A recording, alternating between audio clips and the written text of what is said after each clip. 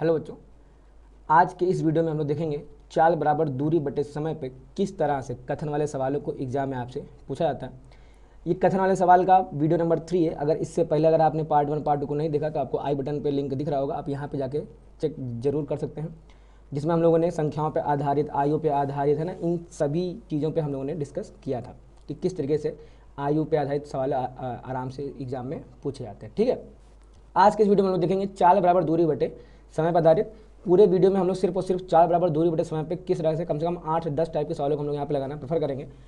अगले पार्ट में हम लोग लेके आएंगे जो कथन वाले सवाल जो पार्ट नंबर 4 होगा, वहाँ पे हम लोग देखेंगे कि किस तरह से हम लोग मिसलेनियस प्रॉब्लम्स को भी हल करते हैं कथन वाले सवालों में। ठीक है बेटा, चलिए हम शुरू करते हैं। ये फॉर्मूला आपको अच्छे से पता होगा, चाल बराबर दूरी बटे समय। ठीक है ना।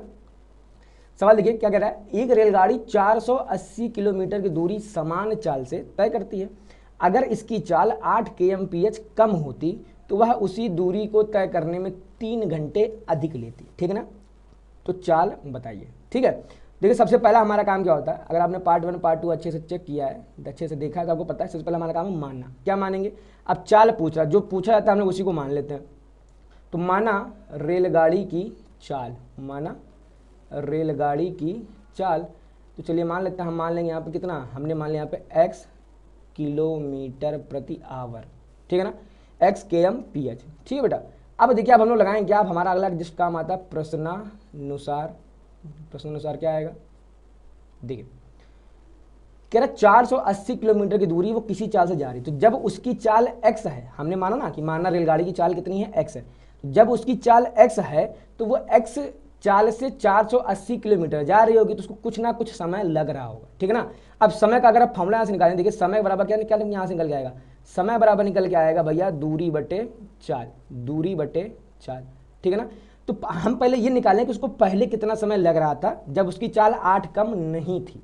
ठीक है ना, तो पहले चाल थी कितनी x, दूरी कितनी थी 480, तो यानी पहले समय कितना लग रहा था, तो पहले जो समय लग रहा था दूरी, दूरी कितनी है 480।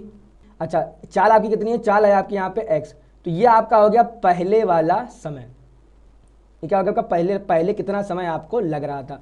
अब क्या हो गया, अब आपकी चाल कितनी कम हो गई, 8 kmph। तो अगर पहले चाल थी हमारी x, 8 कम हो गई, अब चाल कितनी हो गई हमारी, अब चाल हमारी हो चुकी है x माइनस 8। ठीक है ना, तो जब चाल अभी भी उतनी है, सॉरी जब चाल 8 कम हो गई लेकिन क्या कह रहा है दूरी उतनी ही है, क्या कह रहा है उसी दूरी को, दूरी अभी भी उतनी है, दूरी पहले थी कितनी 480, दूरी उतनी है लेकिन चाल कम हो चुकी है। ये क्या है, ये अब का समय है, ये अब का समय है। ठीक, अब थोड़ा समझिए, जब चाल x थी तब समय था ये, जब चाल आपने कम कर दी 8 kmph तब समय हो गया ये। ठीक है ना, अब वो क्या कह रहा है कि अगर इस चाल से अगर वो जाता तो उसको 3 घंटे अधिक लगते, तो किसकी तुलना में 3 घंटे अधिक लगते, इस वाले चाल से 3 घंटे अधिक लगते। फिर से समझने का प्रयास करिए, ये हमारा तब का समय है जब उसकी चाल थी x। ठीक है ना, ये तब का समय है, इससे 3 घंटा ज्यादा उसको लग रहा है। कब 3 घंटा ज्यादा लग रहा है, जब उसकी चाल 8 कम हो गई है। ठीक है ना, तो जब चाल 8 कम हो गई तो समीकरण आपका ये बन जाएगा। ठीक है ना, ये आप हटा देंगे, एग्जाम में आप ये लिखने वाले नहीं है, ये तो हमने आपको समझाने के लिए बताया। ठीक है ना, ये आपका बन गया समीकरण। अब आपको इसको सीधे हल करना और आपको x का मान निकाल लेना है। ठीक है ना, चलिए हम लोग हल करते, देखिए सबसे पहले हम लोग क्या ले लेंगे, यहाँ पे एलसीएम ले लेंगे। ठीक है ना, कितना हो जाएगा 480 बटे x minus 8 equal to 480 plus का 3x बटे x, x का मल्टीप्लाई इधर करा देंगे, कितना हो जाएगा देखिए 480x, इसका मल्टीप्लाई इधर कराएंगे कितना हो जाएगा देखिए 480x प्लस का 3x स्क्वायर, फिर माइनस का 8 का मल्टीप्लाई करा देंगे, इसमें कितना हो जाएगा देखिए, तो माइनस का 8 इंटू 480, इसको ऐसे लेकर मल्टीप्लाई भी ना कराइए, माइनस का 8 इसमें करा देंगे, माइनस का 24x, देखिए 480x से 480x कैंसिल हो गया। ठीक है, अब हम ध्यान से देखिए इसमें कुछ कॉमन दिख रहा है, तो हमको कॉमन दिख रहा है इसमें 3 कॉमन दिख रहा है। ठीक है, देखिए सबसे पहले इसको लिख लेते हैं 3x स्क्वायर माइनस का 24x माइनस का 8 इंटू 480 बराबर का 0, 3 कॉमन लेके भेज देंगे उधर, कितना हो जाएगा देखिए x square minus 8x, 3 common ले लिया, यहाँ कितना बचे देखिए यहाँ से 8 इंटू 3 यहाँ से गया तो 16 3 48 होता है, कितना बच जाएगा 160। ठीक है ना, बराबर 0। अब हम लोग इसके फैक्टर करने, देखिए फैक्टर क्या हो जाएगा, देखिए यहाँ पे कितना लिखा हुआ 8 इंटू 160। ठीक है ना, तो 160 इंटू 8, इसके हमको फैक्टर ढूंढना है, तो इसको हम लगा लेते हैं 16 इंटू 80। ठीक, मेरे को 8 का गैप चाहिए। ठीक है ना, फिर हम लोग लिखते हैं इसको 16 इंटू 2 इंटू 40, देखिए मिल गया हमको 100 32 और 40 का जाएगा एक्स स्क्वायर माइनस का 40x प्लस का 32x माइनस का, इसको ऐसे आप चाहो तो इसको ऐसे ही लिख रहे हैं, इसमें कोई दिक्कत की बात नहीं है, ठीक है ना। या आप चाहो तो मल्टीप्लाई भी करा सकते हो, 16 8 कितना 128 यानी 1280। इसमें कॉमन ले लेंगे, x माइनस का 40 बचेगा, यहाँ कितना कॉमन ले लेंगे प्लस का 32, कितना कॉमन बचेगा x माइनस का 40, ठीक है ना। तो ये हटाना पड़ेगा ना, प्लस का 32 आएगा डायरेक्ट, ठीक है। अब क्या करते हैं हम लोग, एक बार जब ये बराबर ये लेंगे तो आएगा x का मान 40 और एक बार आएगा x का मान माइनस का 32, माइनस 32 वाला कैसा हो जाएगा आपका, ये हो जाएगा आपका अमान्य। अमान्य क्यों, क्योंकि आपका x है क्या, x है आपका चाल, और चाल कभी भी माइनस में नहीं हो सकती, ठीक है बेटा। यानी रेलगाड़ी की चाल हमारी कितनी आ गई, 40 किलोमीटर प्रति घंटा, ठीक है ना।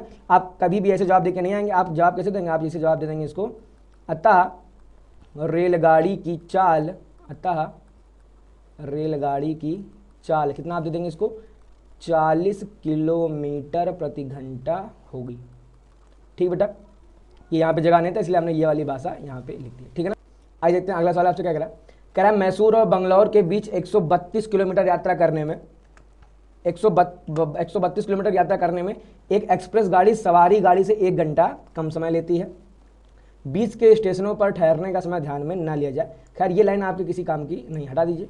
यदि एक्सप्रेस गाड़ी की औसत चाल सवारी गाड़ी की औसत चाल से 11 kmph अधिक हो तो दोनों ट्रेनों की औसत चाल बताइए।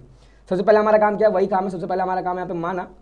अब देखिए इससे पहले सवाल में क्या था, एक ही रेलगाड़ी थी तो हमारा काम केवल एक्स से चल गया था। यहाँ पे भाई साहब दो ट्रेन है, तो दो ट्रेन है तो हमको 2 ट्रेनों की औसत चाल माननी पड़ेगी। सबसे पहले माना क्या, अब 2 ट्रेन है कौन सा, एक है आपकी एक्सप्रेस गाड़ी और एक है आपकी सवारी गाड़ी, ठीक है। तो हमने माना क्या, माना एक्सप्रेस गाड़ी की चाल, माना एक्सप्रेस गाड़ी की, इसको हम चलिए मान लेते हैं x किलोमीटर प्रति घंटा। अगला हम क्या मान लेते हैं, माना भैया सवारी गाड़ी की चाल, ये कितनी है भाई साहब आपकी y किलोमीटर प्रति घंटा। अब ध्यान से देखिए, सबसे पहला हमारा काम आता है अगला प्रश्नानुसार। अच्छा ये जो लाइन मैंने खींच दिया, आपको यहाँ पे पूरी लैंग्वेज लिखनी है, सवारी गाड़ी की चाल, ठीक है। देखिए अब हम लोग समीकरण बनाने का प्रयास करते हैं। क्या कह रहा है आपसे, कह रहा है यह 132 किलोमीटर की यात्रा करने में एक्सप्रेस गाड़ी सवारी गाड़ी से 1 घंटा कम समय लेती है। तो सबसे पहले आप ये पता लगा लो कि सवारी गाड़ी कितना समय ले रही है, तो फिर वही समय बराबर दूरी बटे चाल। दूरी कितनी है भाई साहब, दूरी है आपकी 132। अच्छा चाल किसकी, सवारी गाड़ी की। सवारी गाड़ी की चाल आपने कितनी मानी है, ये इतनी, ठीक है ना। ये सवारी गाड़ी का समय हो गया, सवारी गाड़ी के समय से 1 घंटा कम ले रहा है कौन, एक्सप्रेस गाड़ी। एक्सप्रेस गाड़ी भी भैया जा तो रही 132 किलोमीटर, कितनी किस स्पीड से जा रही, एक्स।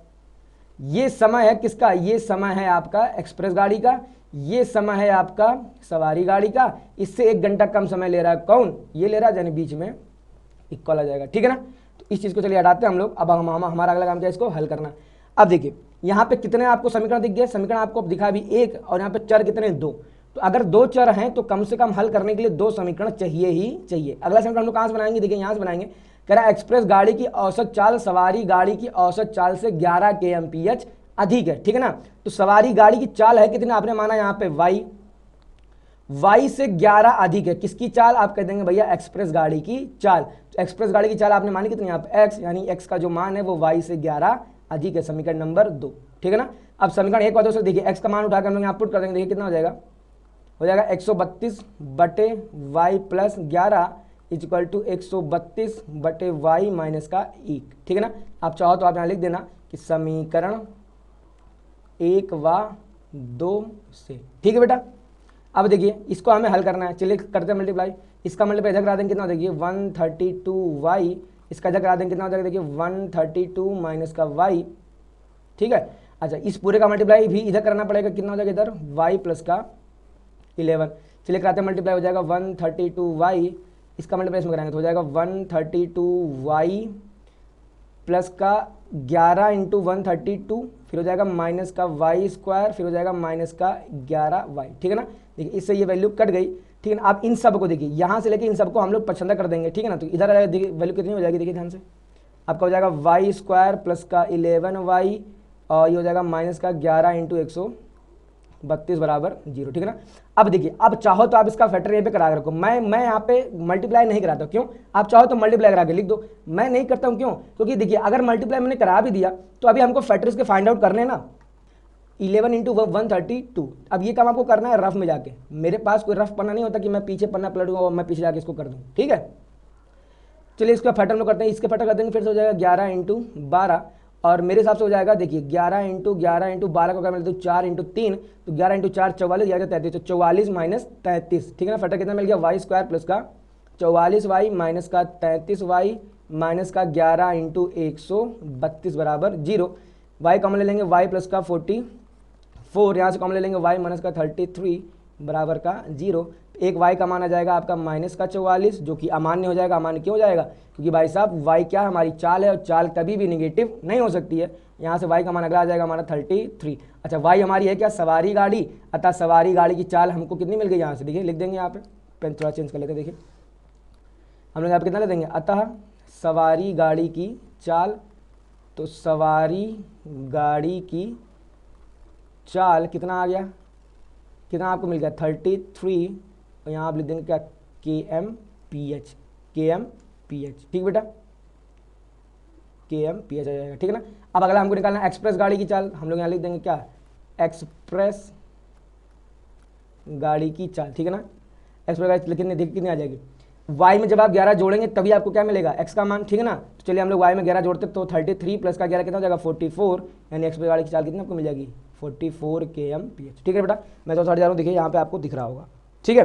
तो ये था, देखिए हमारे पास बेटा जगह थोड़ा कम होता है, ठीक है ना, इसलिए हमको थोड़ा सा ये करना है। सबसे पहले ये वाला जो काम है, ये काम आपको रफ में करना है, ठीक है ना, आप प्रॉपर अच्छे से करेंगे, ठीक है ना। देखिए अब ये जो लाइनें, ये चीज़ें इसके जस्ट बाद जानी चाहिए, बट हमारे पास जगह उतना अवेलेबल नहीं रहता, ठीक है। उम्मीद करता है आपको ये भी समझ में आ गया होगा, चाल बराबर दूरी बटे समय पर किस तरीके से आपसे सवाल है वो पूछता है। अब देखते हैं एक नया कॉन्सेप्ट क्या कह रहा है।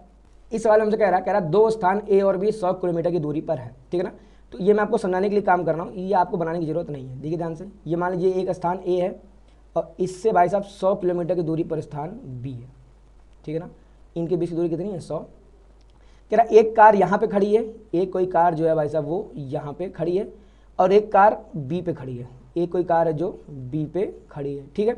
अब ये दोनों कारें कह रहा एक ही समय चलना प्रारंभ करती हैं यदि ये कारें भिन्न भिन्न चाल से एक ही दिशा में चलें। भिन्न भिन्न चाल से, सबसे पहले मतलब क्या आ गया, इन दोनों की भिन्न भिन्न चाल है, तो वो 5 घंटे में मिलती हैं। यदि वे विपरीत दिशा में चलें तो 1 घंटे के बाद मिलती हैं, ठीक है ना। दोनों कारों की चालें ज्ञात करें। सबसे पहले हमारा काम क्या होता है, सबसे पहले हम मान लेंगे यहाँ पे, माना प्रथम कार की चाल, ठीक है ना। सबसे पहले हमारा काम है प्रथम कार की चाल, ये हम लोग कितना मान लेंगे x किलोमीटर प्रति घंटा। फिर हम लोग यहाँ क्या मान लेंगे, माना द्वितीय कार की चाल, ये कितना हो जाएगा हमारा y kmph, ठीक है। फिर हमारा देखिए क्या है प्रश्नानुसार, देखिए हमने मान रखा कि जो a पे है इसकी स्पीड है इधर x की ओर, इसकी स्पीड कितनी है, इसकी स्पीड है आपकी x kmph, और इसकी स्पीड आपकी कितनी है, इसकी स्पीड है आपकी y kmph। अब जरा ध्यान से देखिए, कह रहा अगर दोनों एक ही दिशा में चले तो, एक ही दिशा मतलब अगर कार ए हमारा, अगर ये हमारा इस दिशा में जा रहा है तो इसकी दिशा किधर हो गई, इधर की तरफ। तो जब इसकी दिशा इधर की तरफ हो गई तो बी की दिशा भी इधर की तरफ हो जाएगी। ये क्या है, एक ही दिशा, ये क्या है एक ही दिशा, ठीक है ना। अब आपसे क्या कह रहा है, अगर विपरीत दिशा में चलें तो विपरीत दिशा में क्या होगा, अगर एक इस दिशा में जा रहा है तो दूसरा इस दिशा में जाएगा, ये क्या हो गया आपका विपरीत दिशा। समझ में आया आपको, देखिए ध्यान से, जब इसका मुंह इधर तो उसका मुंह भी इधर रहेगा। जब दोनों का मुंह एक ही दिशा में है, इसका मुंह भी इधर है इसका मुंह भी इधर है, तब हम लोग बोलते हैं कि एक ही दिशा की तरफ वो लोग चल रहे हैं। विपरीत दिशा, अगर इसका मुंह इधर है और इसका मुंह इधर है तो इसका मतलब क्या हो गया, अब दोनों का मुंह अलग अलग दिशा की तरफ है, इसको हम लोग क्या बोलते हैं विपरीत दिशा, ठीक है ना। तो विपरीत दिशा में देखिए ध्यान से, विपरीत दिशा में हमारी जो चालें हैं वो जुड़ती हैं। क्या होती हैं बेटा, चालें हमारी जुड़ती हैं विपरीत दिशा में। और एक ही दिशा की अगर बात करेगा, यहाँ की बात करेगा, तो चालें जो हैं हमारी वो घटेंगी। कैसी हो जाएंगी, चालें घटेंगी। आपको बस यही हल्का सा ट्रिक याद रखना है, आपको सारे सवाल हो जाएंगे। अगर दो कारें एक ही दिशा में जा रही हैं तो उनकी चालें घट जाएंगी, और अगर दो कारें अगर विपरीत दिशा में जा रही हैं, एक का दिशा इधर एक का दिशा इधर है, तो बेटा क्या हो जाएगा, तो दोनों की चालें जुड़ जाएंगी, ठीक है। ये छोटा सा आपको ट्रिक याद रखना, बाकी सारे सवाल आपके हो जाएंगे। देखिए ध्यान से क्या कह रहा है, अगर एक ही दिशा में चले तो 5 घंटे में मिलती। तो चाल बराबर दूरी बटे समय, तो समय बराबर दूरी बटे चाल। तो दूरी यहाँ पे कितनी आपको दिख रही है, दूरी आपको दिख रही है इतना, दूरी बटे चाल। मैंने क्या बोला कि जब एक ही दिशा में जाएंगी तो चालें घट जाएंगी, तो इन दोनों की चालें घटा के लिख देंगे x माइनस वाई, ठीक है ना। तो दूरी बटे चाल, समय कितना लग रहा है देखिए यहाँ पे 5 घंटा, ठीक है ना, कितना लग रहा है 5 घंटा। अब इसको हम लोग इधर भेज दीजिए, इसको हम लोग इधर भेज देंगे, इसको इधर भेज देंगे, कितना हो जाएगा देखिए ध्यान से, आपका समीकरण बन जाएगा यहाँ से x माइनस वाई बराबर 100 में 5 का भाग दे देंगे, कितना आ जाएगा 20 आ जाएगा, ठीक है ना, आ जाएगा आपका 20। तो समीकरण नंबर ये पहला बन गया।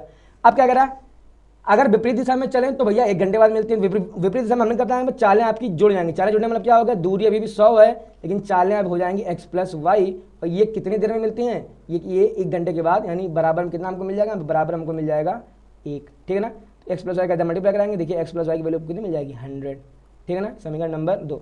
अब हल करना आप सीख चुके हैं ऑलरेडी चैप्टर नंबर 3 में, है ना। अगर आपने नहीं सीखा तो डिस्क्रिप्शन में आपको कंप्लीट प्लेलिस्ट का लिंक मिल रहा है, आप वहाँ से अगर कंप्लीट फॉलो कर लीजिए। चैप्टर 1 से लेके चैप्टर 12 तक सारे चैप्टर्स आपको वहाँ पे मिल जाएंगे, ठीक बेटा। लेकिन इन दोनों समीकरणों को जोड़ेंगे तो y से y कट जाएगा, x हो जाएगा 2x बराबर कितना हो जाएगा 120, यानी x का मान हमारा आ जाएगा 60 kmph। और जब हम लोग हल करने बैठेंगे इसको y को, तो y की वैल्यू हमको कितनी मिल जाएगा 40 kmph, ठीक बेटा। देखिए समीकरण हल करना मैं यहाँ नहीं सिखा रहा हूँ, क्योंकि कथन वाले सवालों में हमारा जो मेन फोकस होता है, वो मेन फोकस हमारा होता है समीकरणों को बनाते कैसे हैं। समीकरणों को हल करना हम चैप्टर 3 में सीख चुके हैं, चैप्टर 4 में सीख चुके हैं, प्रॉपर प्रतिस्थापन विधि से, प्रॉपर विलोपन विधि से, ठीक है। तो हल करके आ जाएगा, लेकिन हम जवाब ऐसे नहीं देंगे, हम लोग जवाब कैसे देंगे, हम यहाँ जवाब देंगे कैसे कि अतः पहली कार की चाल 60 kmph होगी, जबकि दूसरी कार की चाल 40 kmph होगी, ठीक बेटा। आपको ऐसे प्रॉपर जवाब देना पड़ेगा, ठीक है ना। आपको बस ये याद रखना, ये वाली वैल्यू कि चालें कब घटेंगी और चालें कब जुड़ेंगी, ठीक है। चलिए देखते हैं हम लोग। क्या किसी बच्चे को अपने घर से पिकनिक स्थल तक पहुंचने में 6 घंटे लगते हैं, परंतु उसी दूरी को वह साइकिल से 2 घंटे में तय करता है। यदि उसकी साइकिल की चाल पैदल की चाल से 7 kmph अधिक हो तो भैया पैदल चाल और साइकिल चाल ज्ञात करिए। सबसे पहला हमारा काम क्या होता है, माना, देखिए माना आप लिख देंगे, चलिए बच्चे का पैदल चाल या बच्चे की पैदल चाल। अब बच्चे की पैदल चाल भाई साहब कितनी है, तो हम मान लेते, चलिए हमने मान लिया यह है x kmph, और चलिए हमने मान लिया बच्चे की साइकिल वाली चाल, तो साइकिल की चाल कितनी हो जाएगी, यह आपकी हो जाएगी y kmph, ठीक है ना। फिर हमारा जस्ट बाद अगला क्या आता है हमारा प्रश्नानुसार, कह रहा है घर से पिकनिक स्थल तक पहुंचने में उसको 6 घंटे लग रहे हैं, ठीक है ना। अच्छा देखिए ध्यान से, चाल बराबर दूरी बटे समय हमको पता है, चाल बराबर दूरी बटे समय हमको पता है, तो समय बराबर हमारा क्या हो जाता है यहाँ पे, दूरी बटे चाल, ठीक है ना। अच्छा क्या आपको ये दूरी के बारे में उसने क्या आपको यहाँ पे कुछ दिया है क्या उसने बोला कि दूरी कितनी है, घर से पिकनिक स्थल की दूरी कितनी है, दूरी आपको बिल्कुल भी दिया नहीं गया। तो अगर दूरी का अगर हम लोग फॉर्मूला निकालना चाहते तो दूरी का फॉर्मूला कितना हो जाएगा, चाल गुणे समय हो जाएगा, दूरी बराबर चाल गुणे समय। अब देखिए ध्यान से, कह रहा भैया 6 घंटा उसको लग रहा है, जब देखिए घर से पिकनिक स्थल वो जा रहा है 6 घंटे में, 6 घंटे में कब, जब पैदल जा रहा है, ठीक है ना। तो यानी कि घर से लेके यहाँ तक की दूरी कैसे निकालेंगे, चाल गुणे समय। चाल हमने कितने माना, बच्चे की पैदल चाल कितनी है x, बच्चे की पैदल चाल कितनी है यहाँ पे x, अच्छा, और बच्चे ने समय कितना लिया है 6, तो मीन्स क्या हो गई, जब पैदल जा रहा है तब दूरी कितनी आपको निकल जा रही है 6x। अच्छा दूरी अभी भी उतनी ही रहेगी जब वो साइकिल से जा रहा है, ठीक है ना। अब साइकिल की चाल कितनी आपको दिख रही है, साइकिल की चाल है y, अब y चाल से 2 घंटे जा रहा है, तो मतलब क्या हो गया कि वो जा रहा है 2y, तो पहला समीकरण हमारा ये बन जाएगा, ठीक है ना। देखिए समझ में नहीं आया तो मैं फिर से प्रयास करता हूँ। देखिए क्या कह रहा है, मैंने कहा देखिए ये भी घर से दूरी है, ये भी दूरी है, और ये भी क्या है, ये भी आपकी दूरी है, दोनों ही दूरियां हैं। अब चूंकि घर से पिकनिक स्थल की दूरी तो समान है ना, आप चाहे भाई साहब पैदल जाइए, आप चाहे साइकिल से जाइए, दूरी बदलने वाली नहीं है, पिकनिक स्थल रहेगा आपका वहीं। तो जब पिकनिक स्थल वहीं है तो दूरी बराबर, अभी हमने आपको बताया फॉर्मूला चाल गुणे समय, ठीक है ना। तो जब वो पैदल जा रहा है तो पैदल उसकी चाल हो गई x, और पैदल उसको समय कितना लग रहा है, पैदल उसको समय लग रहा है आपका 6, तो चाल गुणे समय, चाल है आपका x, समय आपका 6, तो यानी 6 इंटू एक्स, यानी ये जो आ गया आपका ये कंप्लीट डिस्टेंस आ गया घर और पिकनिक के बीच की दूरी, ठीक है बेटा। सेम देखिए यहाँ पे y चाल से वो 2 घंटे जा रहा है, y किसकी चाल है, साइकिल की चाल है, तो y इंटू 2 कर देंगे तो ये भी क्या आ गया आपका, ये भी आपका घर से दूरी आ गई, डेट मीन्स क्या होगा 6x बराबर 2y, ठीक है ना। एक समय आपको यहाँ से मिल गया, ये हम लोग हटा देंगे, ये हमारा रफ काम है, ये भी हमारा कैसा काम है, रफ काम है, इसको हम लोग हटा देंगे यहाँ से, पहला समीकरण ये बन गया। अगला हमसे क्या कह रहा है, उसकी साइकिल की चाल पैदल की चाल, साइकिल की चाल मतलब क्या, वाई जो है पैदल चाल, पैदल मतलब क्या, एक्स से कितने घंटे सॉरी कितने kmph अधिक है, 7 kmph अधिक है। तो y बराबर एक्स प्लस 7 समीकरण नंबर 2।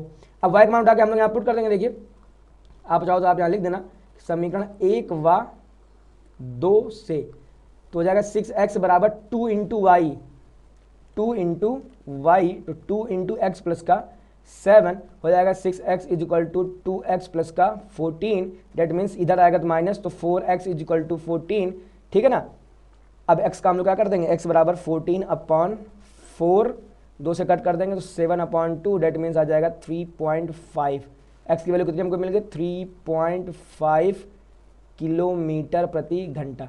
ये x हमारा था क्या, ये हमारा जो x है ये हमारा क्या है, बच्चे की पैदल चाल है, ठीक है ना। अच्छा अगर साइकिल की चाल निकालें हमको क्या करेंगे, साइकिल की चाल हमारी y है, यहाँ पर रख देंगे y बराबर देखिए 3.5 प्लस का 7 इसको कितना जाएगा 10.5 kmph, ठीक है ना। अतः करके हम लोग जवाब दे देंगे क्या, अतः बच्चे की पैदल चाल बराबर 3.5 यानी 3.5 kmph, ठीक है ना। अतः और साइकिल की चाल बराबर कितना जाएगा, देखिए कितना हमने निकाला 10.5 kmph, ठीक बेटा। तो उम्मीद करता है आपको समझ में आ गया। ये सवाल क्यों इंपॉर्टेंट है, क्यों, क्योंकि इसमें दूरी पता नहीं है, तो ये एक अलग टाइप का एक सवाल बन जाता है, इसलिए ये थोड़ा सा इंपॉर्टेंट हो जाता है, ठीक है। देखते हैं नेक्स्ट सवाल क्या कह रहा है, कह सकते हैं धारा के अनुकूल 2 घंटे में 20 किलोमीटर तैर सकता है और धारा के प्रतिकूल 2 घंटे में 4 किलोमीटर तैर सकता है, तो भैया उसकी स्थिर जल में तैरने की चाल तथा धारा की चाल बताइए। सबसे पहले हमारा काम क्या है, मानना, ठीक, देखिए क्या मानेंगे, हमारा काम माना स्थिर जल में तैरने की चाल, तो हम लोग यहाँ लिख देंगे माना सत्यम की स्थिर जल में, देखिए मैं बेटा भाषा लिखूंगा तो मुझे तो समय लगेगा, ठीक है ना, क्योंकि हम लोग देखते भी नहीं है पेन टैप पे, हम लोग को बिना देखे ही इस चीज़ को लिखना पड़ता है, ठीक है ना। तो इसलिए मैं कोशिश करता हूँ, बट चूंकि अपने टाइप का नया सवाल है इसलिए मैंने लिख दिया। कितना हम लोग मान लेंगे, x किलोमीटर प्रति घंटा। अब देखिए ध्यान से, अच्छा धारा की चाल तो हम लोग यहाँ मान लेंगे, अगला क्या हमारा भैया, मान लिया धारा की चाल ये कितनी है हमारी y kmph। अब देखिए अनुकूल क्या है, जब पानी भी इधर बह रहा हो, समझिए थोड़ा सा, पानी की दिशा भी इधर ही हो, और जो तैरने वाला मतलब मैं मान लेता हूँ कि आप तैराक हैं, ठीक है ना, और आपकी दिशा भी इधर ही हो, पानी का बहाव भी इधर ही हो, आपकी दिशा भी इधर ही हो, तो इस कंडीशन को हम लोग बोल देते हैं क्या, ये कंडीशन है आपका अनुकूल, ठीक है ना, अनुकूल, ठीक है ना। अच्छा पानी के साथ साथ बेटा यहाँ हवा भी हो सकता है, ठीक है ना। हवा देखिए आपने भी इसको फील किया होगा कि जब आप जा रहे हैं घर से इधर और हवा की दिशा भी है इधर, तो आपकी चाल बढ़ जाती है, ठीक है ना। ऐसे अगर आप तैर रहे हैं इधर और पानी की दिशा भी है इधर, तो आपकी तैरने की स्पीड बढ़ जाएगी, ठीक है ना। लेकिन भाई साहब क्या हो जाए, अगर आप तैर रहे हैं इधर लेकिन पानी की स्पीड हो जाए इधर, तो क्या हो जाएगा, आपकी चाल घट जाएगी। या आप साइकिल चला रहे हैं इस साइड की ओर और हवा चल रही है आपके एकदम विपरीत दिशा में, तो आपकी स्पीड थोड़ी क्या हो जाएगी, आपकी स्पीड कम हो जाती है, ठीक है ना। तो इसको हम लोग बोलते हैं प्रतिकूल, इसको हम लोग क्या बोलते हैं, प्रतिकूल। तो प्रतिकूल में क्या होगा, देखिए प्रतिकूल में मैंने बताया कि भैया मेरे हवा और पानी की जो चाल है वो तो इधर को रहेगी, हवा हो या पानी इसकी चाल इधर को रहेगी, ठीक है ना, लेकिन आपकी जो चाल रहेगी वो इधर को रहेगी, ये हो जाएगी आपकी चाल, ठीक है ना। तो जब हवा आपके विपरीत जाएगी, हवा या पानी, तो भैया प्रतिकूल, हवा और पानी अगर आपके साथ चले तो वो अनुकूल, ठीक है। अब देखिए अनुकूल में क्या होगा, अनुकूल में चालें जुड़ेंगी, अनुकूल में चालें जुड़ेंगी, ठीक है ना, चालें यहाँ पे आपकी जुड़ जाएंगी। किस किस की चालें, अगर हवा और आपकी चाल जुड़ जाएगी या पानी और आपकी चाल जुड़ जाएगी। प्रतिकूल में क्या हो जाएगा भाई साहब, चालें घटेंगी, प्रतिकूल में चालें घटेंगी। और घटने मतलब एक चीज़ और ध्यान दीजिए, अगर हवा की चाल ज़्यादा हुई आपकी चाल कम हुई तो हवा आपको उड़ा के लेके चली जाएगी, ठीक है ना। सेम काम अगर धारा की यानी पानी में जो पानी जो बह रहा है नदी में, अगर नदी की पानी की चाल ज़्यादा हुई और आपकी चाल कम हुई तो नदी आपको बहा के लेके चली जाएगी, ठीक है ना। इसलिए सवालों को करते समय हम लोग हमेशा अपनी चाल को ज़्यादा मानेंगे प्रतिकूल में, और पानी की चाल या हवा की चाल को हम लोग हमेशा कम मानेंगे, ठीक है ना, समझ में आ गया। अब देखिए सबसे पहले हमारा यहाँ पे काम क्या था, हमारा यहाँ पे प्रश्नानुसार, देखिए ये वाला जो काम है ये आपको नोट कर लेना है, ठीक है ना, कि अनुकूल में चालें जुड़ेंगी और प्रतिकूल में चालें घटेंगी, और मैंने आपको बताया ये रफ काम है, ठीक है। क्या कह रहा है, 2 घंटे में 20 किलोमीटर, 2 घंटे में 20 किलोमीटर। अब देखिए दूरी चाल बराबर दूरी बटे समय, तो दूरी यहाँ पे कितनी है भाई साहब, दूरी है आपकी 20 और समय कितना है, दूरी बटे समय कितना ले रहे हैं आप 2, ठीक है ना। अच्छा ये अनुकूल है तो बराबर में चाल आएगा। अब चाल कितना आएगा देखिए ध्यान से, अनुकूल में मैंने कहा चालें जुड़ेंगी, चालें किस किस चालें जुड़ेंगी, धारा की चाल और सत्संग की चाल जुड़ जाएगी, कितना हो जाएगा यहाँ से x प्लस वाई, इसको हम लोग कट कर देंगे। देखिए यहाँ से हमारा समीकरण बन जाएगा x प्लस वाई का मान सबसे पहला समीकरण बन गया हमारा 10। ठीक है, कह रहा अगला धारा के प्रतिकूल 2 घंटे में 4 किलोमीटर, तो 4 किलोमीटर जा रहा है 2 घंटे में। ठीक है, और लेकिन यह है कैसा प्रतिकूल, प्रतिकूल में चालें घटेंगी, घटेंगी मतलब क्या हो गया, अब देखिए घटने का मतलब होगा कि या तो आप यहाँ x माइनस वाई लिखेंगे या तो आप यहाँ y माइनस एक्स लिखेंगे। बट मैंने आपको बताया था कि हमेशा आपकी चाल ज़्यादा होनी चाहिए और धारा या हवा की चाल कम होनी चाहिए। क्यों, अगर धारा या हवा की चाल कम नहीं हुई तो आप तैर ही नहीं पाएंगे, आप हवा में चल ही नहीं पाएंगे, आपको पानी बाहर ले जाएगा, हवा आपको उड़ा ले जाएगी। ठीक है ना, तो आपको करना क्या यहाँ पे हमेशा एक्स की यानी आपको अपनी चाल या तैराक की चाल या आपको साइकिल चलाने वाले की चाल आपको हमेशा ज़्यादा रखनी पड़ेगी। इसका मतलब कि हम यहाँ हमेशा एक्स माइनस वाई लेके चलेंगे। ठीक है, इसको हम लोग हल करेंगे, ध्यान से हो जाएगा हमारा x माइनस वाई इसको कितना आ जाएगा 2, समीकरण नंबर 2। इसको हम लोग हल कर लेंगे, y से y कट जाएगा तो 2x बराबर 12, x का मान हमारा आ जाएगा 6 और y का मान हमारा आ जाएगा कितना आ जाएगा 4 आ जाएगा। ठीक है ना, देखिए हल करना फिर नहीं सिखा रहे क्योंकि चैप्टर नंबर 3 में आप अच्छे से विलोपन विधि में सीख चुके हैं। ठीक है ना, x मतलब क्या हो गया हमारा अच्छा है, हम लोग अतः करके यहाँ जवाब दे देंगे, अतः सत्यम की स्थिर जल में तैरने की चाल भाई साहब कितनी मिल जाएगी आपको 6 kmph और धारा की चाल कितनी हमको मिल जाएगी, या हमको मिल जाएगी 4 kmph। ठीक बेटा, उम्मीद आपको समझ में आ गया भाई, बस ये आपको ध्यान रखना कि चालें कब जुड़ेंगी और चालें कब घटेंगी। ठीक है, इतना अगला सेम सवाल है हमारा, क्या कह रहा है, एक नाव 10 घंटे में धारा के प्रतिकूल 30 किलोमीटर और धारा के अनुकूल 40 किलोमीटर जाती है, 13 घंटे में वह 40 किलोमीटर धारा के प्रतिकूल और 55 किलोमीटर धारा के अनुकूल जाती है, धारा की चाल तथा नाव की स्थिर पानी में चाल ज्ञात करें। तो आपसे जो कह रहा है हम लोग उसी को मान लेंगे। ठीक है ना, तो सबसे चलिए हमने यहाँ मान लिया धारा की चाल हमारी x kmph है, मैं इसको लिखूंगा क्योंकि लिखने में समय जाएगा, और नाव की स्थिर पानी में चाल कितनी भाई साहब यहाँ पे है y kmph। अब देखिए ध्यान से, कह रहा धारा के प्रतिकूल 30 किलोमीटर जा रही, ठीक है ना, तो धारा के प्रतिकूल 30 किलोमीटर जा रही है, ठीक है ना, किसी चाल से जा रही होगी, अभी समझते हैं इसको। और कह रहा धारा के अनुकूल फिर किसी 44 किलोमीटर जा रही है, फिर से किसी और चाल से। कुल समय कितना लग रहा है, कुल समय आपका लग रहा है 10 घंटे। देखिए प्रतिकूल 30 किलोमीटर जाने में प्लस अनुकूल 40 किलोमीटर जाने में कुल समय कितना लगा 10। ठीक है ना, अब ये प्रतिकूल में हमने क्या कहा था, हमने कहा था प्रतिकूल में चालें हमेशा घट जाएंगी। तो भैया मेरे चालें अगर घट जाएंगी तो चलिए हम लोग ध्यान से देखते हैं। अब मुझे आप बता दीजिए कि यहाँ पे चालें अगर घटेंगी, चालें अगर यहाँ पे घटेंगी तो भैया x माइनस वाई करेंगे या y माइनस एक्स करेंगे। देखिए ध्यान से, अगर हमने x माइनस वाई कर दिया प्रतिकूल में तो मतलब क्या हो गया कि हम जा ही नहीं पाएंगे, हमको पानी बहा ले जाएगा। हमने आपको बताया भी था कि हमेशा आपकी जो चाल है वो हमेशा ज़्यादा होनी चाहिए पानी की चाल से। ठीक है ना, आपकी, अच्छा देखिए यहाँ आप तो है नहीं, यहाँ कौन है, नाव है, तो नाव मतलब भी आप ही हो, नाव में हो तो आप ही ना भाई। नाव को चला कौन रहा है, नाव को चला तो कोई इंसान ही रहा होगा ना, तो नाव की चाल या आपकी चाल बात एक ही है। ठीक है ना, तो मतलब हम लोग यहाँ क्या करते हैं, हम लोग यहाँ y माइनस एक्स, अनुकूल में क्या हो जाएगा बेटा, चालें हमारे यहाँ पे ऐड हो जाएंगे, कितना हो जाएगा y प्लस एक्स, समीकरण नंबर ये 1 बन गया। आगे देखिए क्या कह रहा है, आगे कह रहा है आपसे 13 घंटे में, तो हम लोग यहाँ सबसे पहले क्या लिख लें 13 घंटे में 40 किलोमीटर धारा के प्रतिकूल। ठीक है ना, तो 40 किलोमीटर धारा के प्रतिकूल, प्रतिकूल में चालें फिर से क्या हो जाएंगे, घट जाएंगे, तो हो जाएगा आपका y माइनस एक्स, फिर प्लस अनुकूल कितना आप गए 55 किलोमीटर, तो 55 बटे y प्लस एक्स। ठीक है बेटा, ये आपका बन गया समीकरण नंबर 2। अब इस टाइप के सवालों को हल करना हम लोग सीख चुके हैं चैप्टर नंबर 3 में, और इसमें उन्होंने देखा था कि अगर इस टाइप का हमको हल करना हो तो सबसे आसान क्या होता है, युगपत समीकरण का विस्तृत रूप, और विस्तृत रूप हमने इसीलिए आपको वहां पे हल करना सिखाया था। ठीक है ना, देखते हैं। सबसे पहले हमारा काम होता है यहाँ पे, माना 1/y minus x is equal to हम लोग p मानेंगे, और 1/y plus x is equal to हम लोग क्या मानेंगे, q मान लेंगे। इसको बनाना समीकरण नंबर 3। ठीक है, अब क्या कर देंगे, देखिए अब ये समीकरण हमारा क्या बन जाएगा, देखिए ध्यान से, ये हमारा बन जाएगा 30/p, कितना बन जाएगा ये हमारा 30/p, सॉरी 30/p नहीं 30 इंटू p, ये हमारा कितना बन जाएगा 44 इंटू q बराबर कितना है 10। ठीक है ना, सेम अगला हमारा ये क्या बन जाएगा, ये हमारा बन जाएगा 40 इंटू p प्लस का ये हमारा बन जाएगा 55 into q is equal to कितना बन जाएगा ये हमारा 13। ठीक है ना, अगर आपको समझ में नहीं आया बेटा चैप्टर नंबर 3 जाके आप प्लीज़ अच्छे से चेकआउट कर लीजिए, ये सारा कॉन्सेप्ट वहाँ का है। ठीक है ना, अभी आपका बन जाएगा समीकरण नंबर 4, ये आपका बन जाएगा समीकरण नंबर 5। इन दोनों का हम लोग को हल करना है, और हम लोग को किसका मान निकालना है, हम लोग को सबसे पहले पी और क्यू का मान निकालना है। चलिए निकालते हैं पी और क्यू का मान। अब देखिए इसमें हम समीकरण 4 में मल्टीप्लाई करा देते हैं, हम लोग 4 का समीकरण 5 में मल्टीप्लाई करा देते हैं इंटू इसमें 3 का। इसे हम लोग 4 का मल्टीप्लाई करने किया था, मतलब देखिए 120p, 4 को 16 16 1 17 176 क्यू बराबर 40, इसमें कराएंगे 3 का, ये हो जाएगा 120 पी, इसमें कराएंगे 3 15 3 15 116 यानी 165 क्यू, 13 39। ठीक है बेटा, अब देखिए यहाँ से क्या कर देंगे, माइनस कर देंगे तो ये हो जाएगा आपका माइनस, ये माइनस, ये माइनस, क्या हो जाएगी देखिए वैल्यू, ये पूरी वैल्यू कट जाएगी, कितना आ जाएगा यहाँ से 165 यानी आ जाएगा हमारा 11 क्यू इज इक्वल टू 1, यानी हमारा क्यू का मान आ गया 1/11। क्यू का मान कितना आ गया 1/11। अब क्यू का मान हम लोग चलिए यहाँ पुट कर देते हैं समीकरण 4 में, जिसे हम लोग 4 में पुट करेंगे हो जाएगा ये 44 इंटू 1/11 4 हो जाएगा, घट जाएगा कितना आ जाएगा 6, 30 पी बराबर 6, यानी हमारा पी का मान हमको वैल्यू यहाँ से मिल जाएगी 1/6/30 यानी 1/5, कितना मिल जाएगा 1/5। ठीक है ना, ये हमारा क्या मिल गया है पी का मान 1/5।